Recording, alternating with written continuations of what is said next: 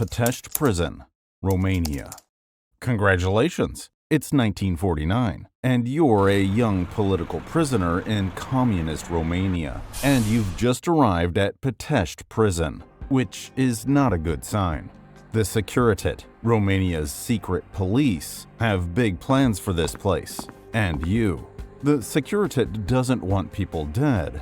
Dead prisoners are useless. What they want is compliant ones, and eventually useful ones. Their goal is not just to punish you. Punishment is too simple.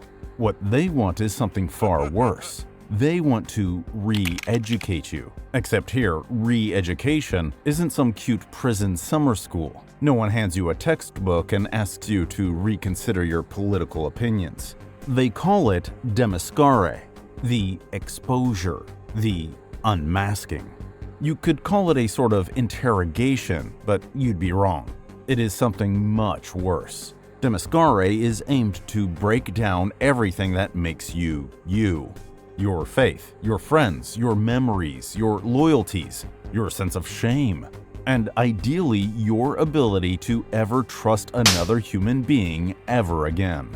And the truly disturbing part is the guards aren't the ones running your transformation. It's your fellow prisoners. An inmate has been handed license to do whatever he wants to whomever he wants, just as long as the party gets results. And his toolkit is creative: fists, boots, a rubber hose, sleep deprivation, starvation, and the psychological masterpiece he's most proud of: making your other fellow prisoners do it to you. It comes in 4 phases. The first phase is external unmasking. Name every person you have ever known. Family, friends, priests, professors. Every name, every secret. If they think you're holding back, they beat you until you remember more.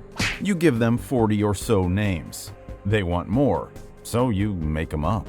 You survive and make it to the second phase, internal unmasking. Here you have to name people inside the prison who have shown you kindness, leniency, sympathy, or insufficient brutality. In other words, you are forced to betray anyone who has treated you like a human being. And you do it. You do all of it, because the alternative is another night with 8 men who aren't on your side and are there to re-educate you. Then comes the third phase, the public moral unmasking. Here you must denounce your beliefs. You must perform their destruction. They make you mock your religion. They make you spit on the icon of your God. They make you deface your holy book with a bucket of filth in the corner. And so, by the fourth phase, you are not the person who arrived. That person is gone. What replaced him is the point. This phase puts you in charge of the re-education of others. They hand you a length of rubber hose and point at the new arrival in the corner. He's 18, still wearing the coat he was arrested in. You don't hesitate. After all, you aren't you anymore. You have been re-educated. Black Dolphin Prison, Russia.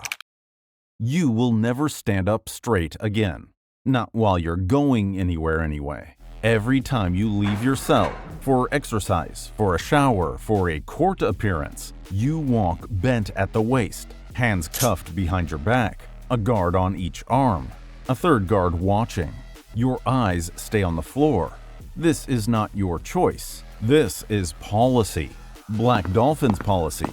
The idea is that you should not have enough spatial awareness to plan anything. The prison sits near the Kazakhstan border and houses Russia's worst. Serial killers, cannibals, terrorists, men who killed dozens, men who killed more than that. Which one are you?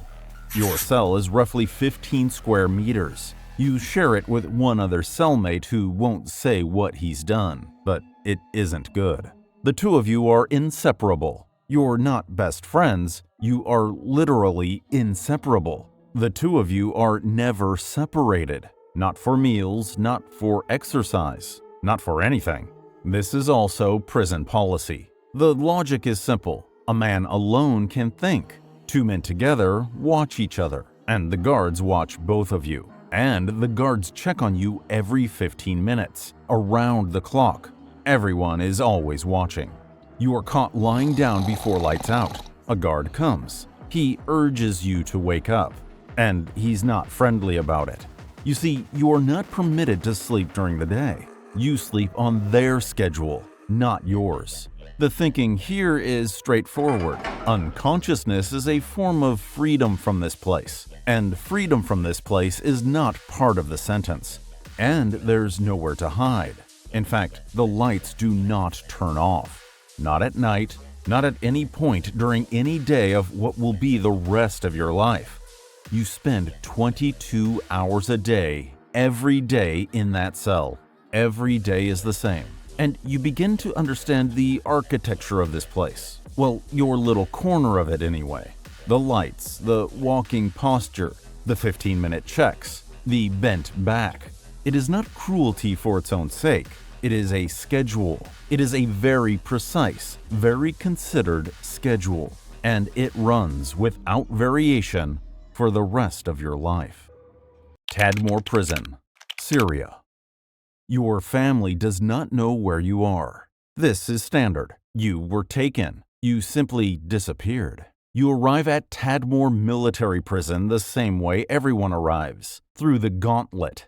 2 lines of guards, standing face to face, batons ready, and you run between them. This is not a metaphor. This is the entry procedure. You run and they strike you from both sides simultaneously until you reach the end, at which point you have arrived and the paperwork can begin. This is your welcome. You are in the Syrian desert now, near the ancient ruins of Palmyra, though you'll never see them. Columns and temples so old that historians fly from other countries to study them. You will not be studying them. You will be in a cell that holds more men than its dimensions are designed for, in a building that the desert heat treats to over 100 degrees in summer, and no one at Tadmore is working on hooking up the AC. You do not speak above a whisper. Never. This is the rule. You do not make eye contact with the guards. Never. This is also the rule. The rules at Tadmore are extensive, and the consequences for breaking them are immediate and severe. Then, June 1980 arrives. The night before, there was an attempt on the life of President Hafez al-Assad. It failed. You, of course, had nothing to do with it, but that doesn't seem to matter. And what happens next is absolutely horrible, and just like everything else here is completely out of your control. Rafat al-Assad, the president's brother, sends units of the defense companies to Tadmore. You hear them before you see them. You hear doors. You hear the kinds of sounds that don't have a clean name. You hear automatic weapons, and you hear hand grenades as they move through the cells. They do not stop until somewhere between 500 and 1,000 prisoners have perished. The number is approximate because no one bothered counting. You're one of the lucky ones. You've been spared, but you're still here. Perhaps not so lucky after all. By afternoon, Tadmore resumes its normal schedule. The guards do their rounds. The whisper rule is still the whisper rule. The heat is still the heat. The outside world will not hear about what happened here for years. You understand now that surviving today is not a promise about tomorrow. It's simply a fact about today. You stop expecting promises. Mamertine Prison, Ancient Rome. You are in Rome, ancient Rome. It is somewhere around 100 BC, and Rome is the greatest city on earth, which is a fact the Romans will tell you approximately every 4 minutes. But you are not enjoying Rome, and actually, you are underneath it. Mamertine Prison sits at the foot of the Capitoline Hill, which means that directly above your head, senators are giving speeches and generals are receiving triumphs, and the whole magnificent machinery of the Republic is turning without you. This is because you are in a hole, literally. The lower chamber, called the Tullianum, is a circular pit carved into the bedrock, roughly 12 feet deep. It's accessible only through a small hole in the ceiling through which you are lowered like cargo no one wanted anymore. The upper chamber was for the lesser prisoners. You are not a lesser prisoner. You go through the hole. There is no light. There is no latrine. There is, however, a natural spring running directly through the floor, which keeps everything permanently wet. This is where you sleep, on that floor. You have been here for 3 days, and your clothes have not been dry for 3 days, and you've stopped expecting them to be. The other men here tell you things in the dark. They tell you that Jugurtha, the king of Numidia, was held in this exact room, and upon arrival looked around and actually said, "How cold is your bathhouse?"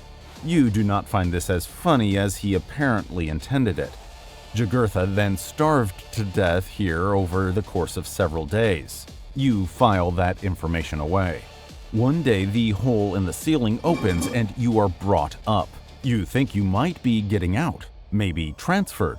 You are taken outside, but not to freedom, to a procession. You are paraded through the streets of Rome in chains, while the city watches and throws things. At the end of the route, you are brought back down through the hole.